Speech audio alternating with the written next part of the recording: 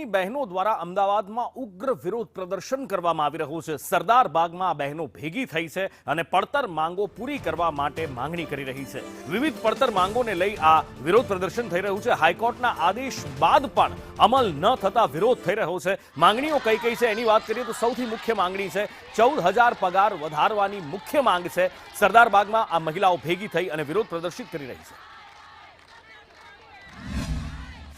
ગુજરાત હાઈકોર્ટના આદેશ બાદ પણ આંગણવાડીની બહેનોને જે પૂરતી માંગ હતી તે સંતોષાઈ નથી અને જે અંતર્ગત આજે મોટી સંખ્યામાં બહેનો દ્વારા અહીંયા વિરોધ કરીને અહીંયા જે પોતાનો વિરોધ છે તે દર્શાવવામાં આવી રહ્યો છે। એક સાથે આજે તમામ લોકો ભેગા થયા છે અને એ જ ભેગા થઈને અહીંયા લોકો વિરોધ કરતા નજરે પડી રહ્યા છે।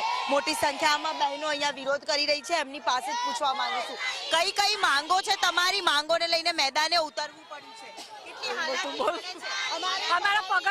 અમારી પગારની માંગો છે અને અમારી કાયમી કરવાની માંગો છે।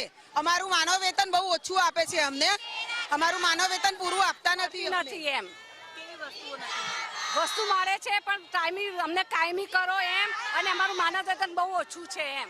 મેડમ અમને એક બાળક દીઠ 1.25 પૈસા લેખે વસ્તુ આપે, 2 રૂપિયા આપે। અત્યારે મોંઘવારીના પ્રમાણમાં બહુ ઓછી વસ્તુ કહેવાય, એટલે અમે પૂરું નથી કરી શકતા। અમે અમારા પગારમાંથી બાળકોના પોષણ માટેની વસ્તુઓ લાવીએ છીએ, તે તો વ્યાજબી નથી ને। એક તો પગાર પણ ઓછો, ઉપરથી આવી રીતે વસ્તુ અમે ક્યાંથી લાવીએ અને કેવી રીતે પૂરું કરીએ? અને ના હોય તો અમને એમ કે કેમ આ વસ્તુ નથી આપી, કેમ આ વસ્તુ નથી આપી, તમે ક્યાંથી લાવીએ? હા, મુશ્કેલ પડે છે। કાયમી કરો, પગાર વધારો। બહુ જ હાલાકી પડે છે। ગુજરાત હાઈકોર્ટે તો 2025 ઓગસ્ટે તો અમારો કરી દીધો છે 24,800, પણ સરકાર અમને એ પગાર આપતા જ નથી અને બહુ જ હાલાકી પડે છે કે 24 કલાક બસ મોબાઈલમાં કામગીરીને જ કામગીરી, બરાબર? એટલે અમને બહુ જ હાલાકી, અમારી એક જ અમારી માનવ વેતન દૂર કરી લઘુત્તમ વેતનમાં અમને શરમ કરે, બસ એટલી મારી સરકારને નમ્ર વિનંતી છે મેમ। એટલે પગાર વધારાની માંગ અને વિવિધ પડતર માંગોને લઈને તમામ લોકો અહીંયા મેદાને ઉતર્યા છે। મોટી સંખ્યામાં બહેનો દ્વારા વિરોધ કરીને પોતાની માંગો છે તે રજૂ કરવામાં આવી રહી છે।